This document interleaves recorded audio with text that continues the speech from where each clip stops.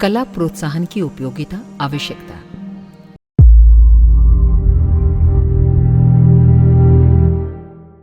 मानवीय आवश्यकताओं में आजीविका कुशलता की भांति एक पक्ष विनोद मनोरंजन भी है। उसकी सर्वथा उपेक्षा नहीं हो सकती। मनुष्य मशीन नहीं है और न कोल्हू की बैल की तरह वो निरंतर कार्यरत ही बना रह सकता है। थकान उतारने के लिए विश्राम की आवश्यकता पड़ती है और ऊब का भार हल्का करने के लिए मनोरंजन की। उसका प्रबंध शिक्षा आजीविका स्तर का न सही हल्के फुल्के रूप में तो करना ही पड़ता है। साप्ताहिक छुट्टियों का, पर्व त्योहारों का निर्धारण इसी हेतु हुआ कि एक रस्ता के कारण जो ऊब आती है उसे दूर करने के लिए प्रसन्नता प्रदान करने वाली गतिविधियां अपनाकर जी हल्का किया जा सके, नवीन उत्साह अर्जन करके नए सिरे से निर्धारित काम पर जुटा जा सके। सृष्टा ने शरीर में कई उपयोगी संस्थान ऐसे बनाए हैं जो अपने महत्वपूर्ण काम करने के साथ साथ मनोरंजन भी प्रदान करते रहते हैं। नेत्र, कान, रसना, जननेंद्रियों में अपने अपने ढंग के रस हैं। वे दोहरा काम करती हैं। इतने पर भी काम नहीं चलता। प्रकृति संपर्क से पर्यटन पर्यवेक्षण जैसी गतिविधियां भी अपनानी पड़ती हैं। परिश्रम भी आहार की तरह निर्वाह प्रक्रिया का अविच्छिन्न अंग है। उसे यूं तो उद्योग, व्यवसाय एवं निर्वाह कृत्यों से भी पूरा किया जाता है, पर उतना ही पर्याप्त नहीं माना जाता। इसके लिए खेल कूदों की प्रतिस्पर्धाओं की अन्यान्य योजना भी बनती रहती है। अपने अपने समय में भिन्न भिन्न प्रकार के प्रचलन रहे हैं। अस्त्र शस्त्रों के धनी मृगया को विनोद माध्यम मानते रहे हैं। सर्वसाधारण के लिए गीत वाद्य माध्यम बनाया जाता रहा है। छोटे बड़े उत्सवों में उनके छोटे बड़े सस्ते महंगे सामूहिक उपक्रम बनते रहते हैं। लोकगीतों की तरह लोक नृत्यों का भी अपना अपने समय पर अपने क्षेत्रों में अपना माहौल रहता है। सामूहिक उल्लास का उभार प्रदर्शन दर्शकों तक में थिरकन उत्पन्न करता है। ये सभी प्रचलन जब तक विशुद्ध विनोद परक रहे और मानसिक थकान उतारने में योगदान देते रहे, तब तक उनका जनजीवन में समुचित स्थान सम्मान भी रहा। उन प्रयोजनों के संचालन, अध्यापन, संगठन में कितने ही प्रतिभाशील व्यक्ति अपना उत्साह भरा योगदान देते रहे। इस माहौल में व्यक्ति की रस कामना का समाधान बनता रहा और हंसती हंसाती जिंदगी जी सकने का माहौल बना रहा। ट्रेजेडी तब हुई जब इन विनोद प्रयोजनों में से प्रत्येक में अश्लीलता का प्रवेश चल पड़ा। दुर्भाग्य ही कहना चाहिए कि अब विनोद और कामुकता का उत्तेजन प्रायः पर्यायवाची बन चले हैं। ये तो कला की देवी को स्वर्ग से उतारकर नरक में बिठा देना और उसे वेश्या जैसी दुष्प्रवृत्ति अपनाने के लिए विवश करना जैसा हुआ। साहित्य को मनीषा का अंग माना जाए तो फिर कला का शेषांश गायन, वादन और नृत्य अभिनय के इर्द गिर्द घूमने लगता है। क्या कारण है कि इस उत्कृष्ट प्रवृत्ति को अधोगामी मोड़ मिला और स्थिति कहां की कहां जा पहुंची? उन दिनों तो धर्म शब्द के अंतर्गत ही नीति, सदाचार, लोक व्यवहार, स्वास्थ्य, परिवार, अनुशासन, मनोविज्ञान, आत्मनिर्माण, लोक कल्याण जैसे सभी विषय सिमट कर रहते थे। अब जीवन का अनेकानेक क्षेत्रों में विकास विस्तार हुआ है तो इन विषयों के भी स्वतंत्र स्थान बन गए। ठीक इसी प्रकार मानसिक परिष्कार और उल्लास में काम आने वाले हल्के फुल्के प्रयोजन तब संगीत, साहित्य, कला के एक परिकर में बंधते थे। अब साहित्य का मनीषा में और मूर्ति चित्रकला आदि का सृजन शिल्प में विभाजन कर देने पर कला शब्द के अंतर्गत वे थोड़े से प्रयोजन ही रह जाते हैं जिनमें मन को गुदगुदाने की, हुलसाने की रुचि है। इन प्रसंगों का स्वरूप सौम्य, सर्वोपयोगी एवं प्रेरणाप्रद ही रहना चाहिए।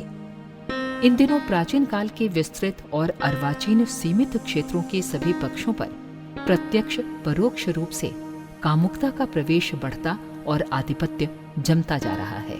जीवन की एक महत्वपूर्ण दिशा विद्या और आवश्यकता को उपेक्षित या विकृत कर देने से अनेकानेक कुत्साएं और कुंठाएं उत्पन्न हुई हैं। छोटे बालक सारे दिन हंसते हंसाते, विनोद मस्ती करते, खेलते खिलाते अपना समय बिताते हुए जीवन क्षेत्र में प्रवेश करते हैं।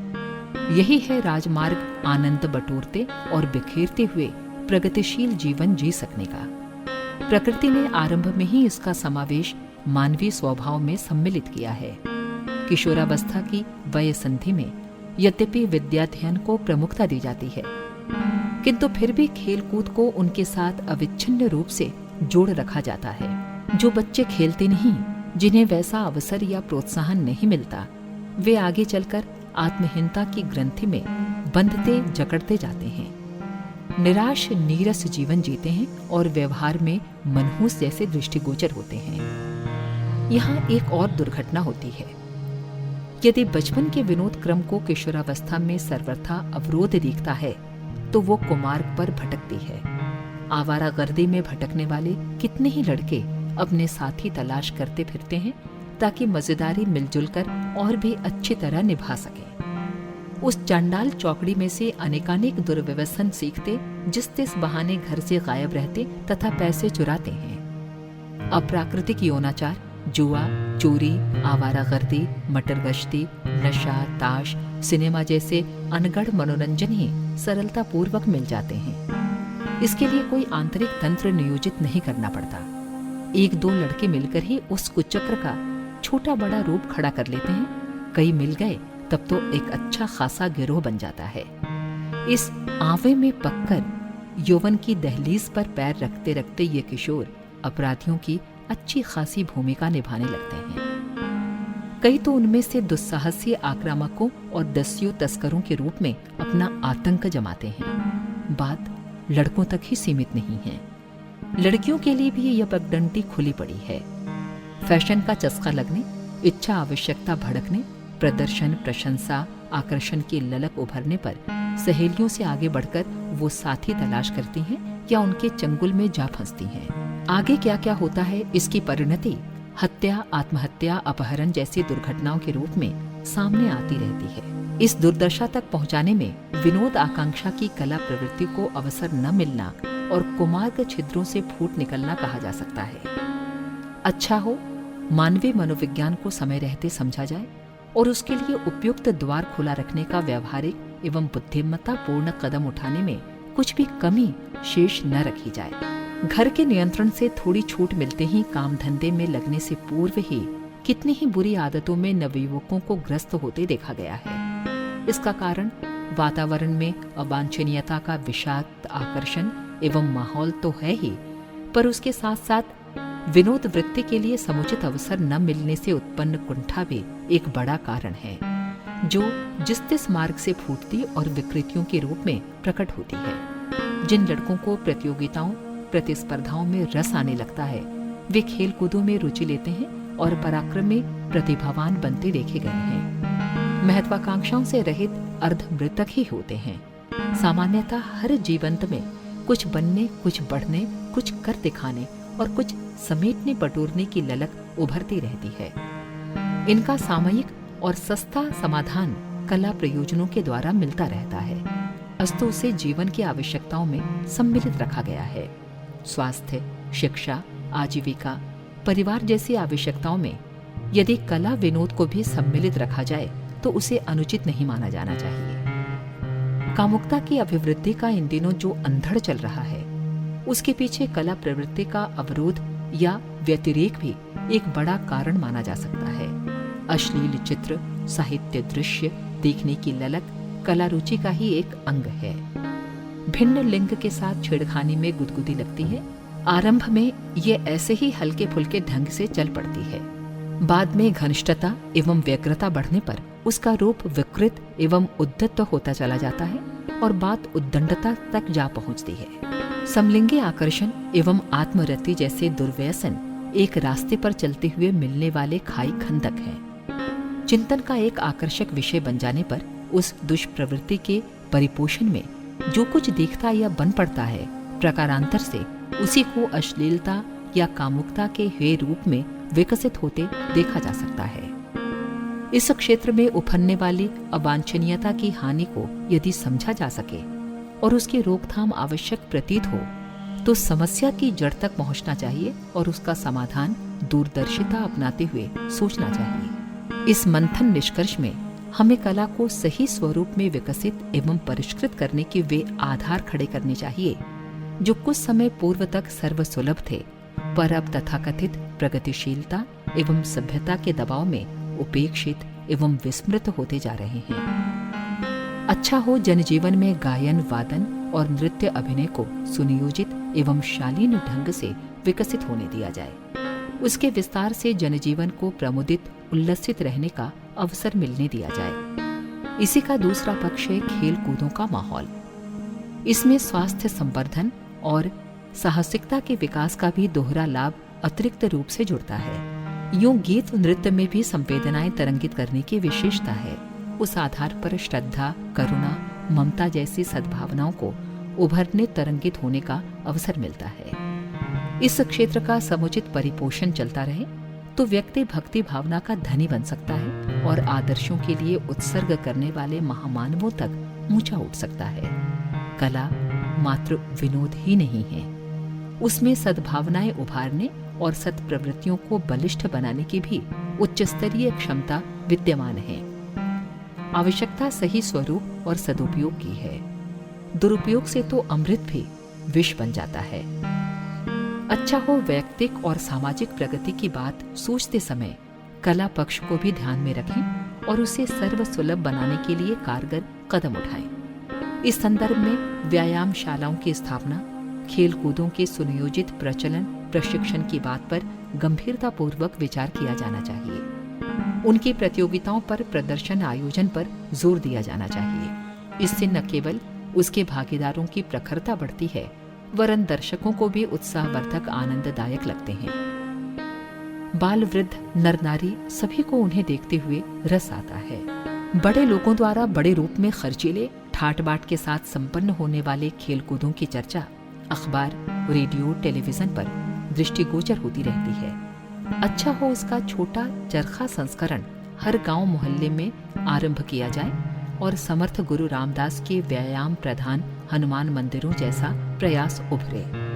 घरों में खिलौने बनाना, पुष्प वाटिका, घरेलू शाक वाटिका, सज्जा उपकरण, गृह उद्योग, हस्त कौशल, मरम्मत, कढ़ाई बुनाई, कथा कीर्तन, आरती, गीत, वाद्य जैसे कितने ही छिटपुट प्रयोजन ऐसे खड़े किए जा सकते हैं जिनसे उत्साहवर्धक वातावरण बनाने और सृजनात्मक प्रवृत्तियों को उभारने का सुयोग बनता है। जिन्हें रेडियो, टेलीविजन आदि की सुविधा प्राप्त है, वे उनके उपयोगी प्रोग्रामों को देखते सुनते रह सकते हैं। पशु पक्षियों को भी यदि जकड़ा बांधा न जाए तो उनका पालन भी शिशु पालने की तरह ही आकर्षक बन जाता है। सुगम संगीत का प्रशिक्षण गली मोहल्लों में चल पड़े। इसके लिए पाठशालाएं और मंडलियां गठित की जाएं, जो इच्छुकों को सिखाती भी रहें एवं पर्व त्योहारों, हर्ष उत्सवों के अवसर पर अपने कौशल का प्रदर्शन भी करती रहें। महिलाएं विवाह, शादियों और पर्व त्योहारों पर गीत वाद्य की परंपरा अभी भी किसी रूप में चला लेती हैं। उसमें कला और भावना का समन्वय करके और भी अधिक उत्साहवर्धक बनाया जा सकता है। स्कूलों में संगीत कक्षाएं बढ़ाने पर विशेष रूप से जोर देने की आवश्यकता है। प्रौढ़ पाठशालाओं की तरह निजी प्रयास से छोटी संगीत पाठशालाएं भी खुल सकती हैं, जिनमें शास्त्रीय संगीत न सही लोक गीतों को गाने और स्थानीय सस्ते वाद्य यंत्रों का काम चलाओ अभ्यास करने की व्यवस्था तो सरलता पूर्वक बन सकती है। उत्साह उभारने और आरंभिक ढांचा खड़ा करने पर प्रदर्शन तथा समारोह जैसा स्तर भी बढ़ सकता है। नृत्य अभिनय को एक कला कौशल एवं छोटे उद्योग व्यवसाय का रूप मिल सकता है।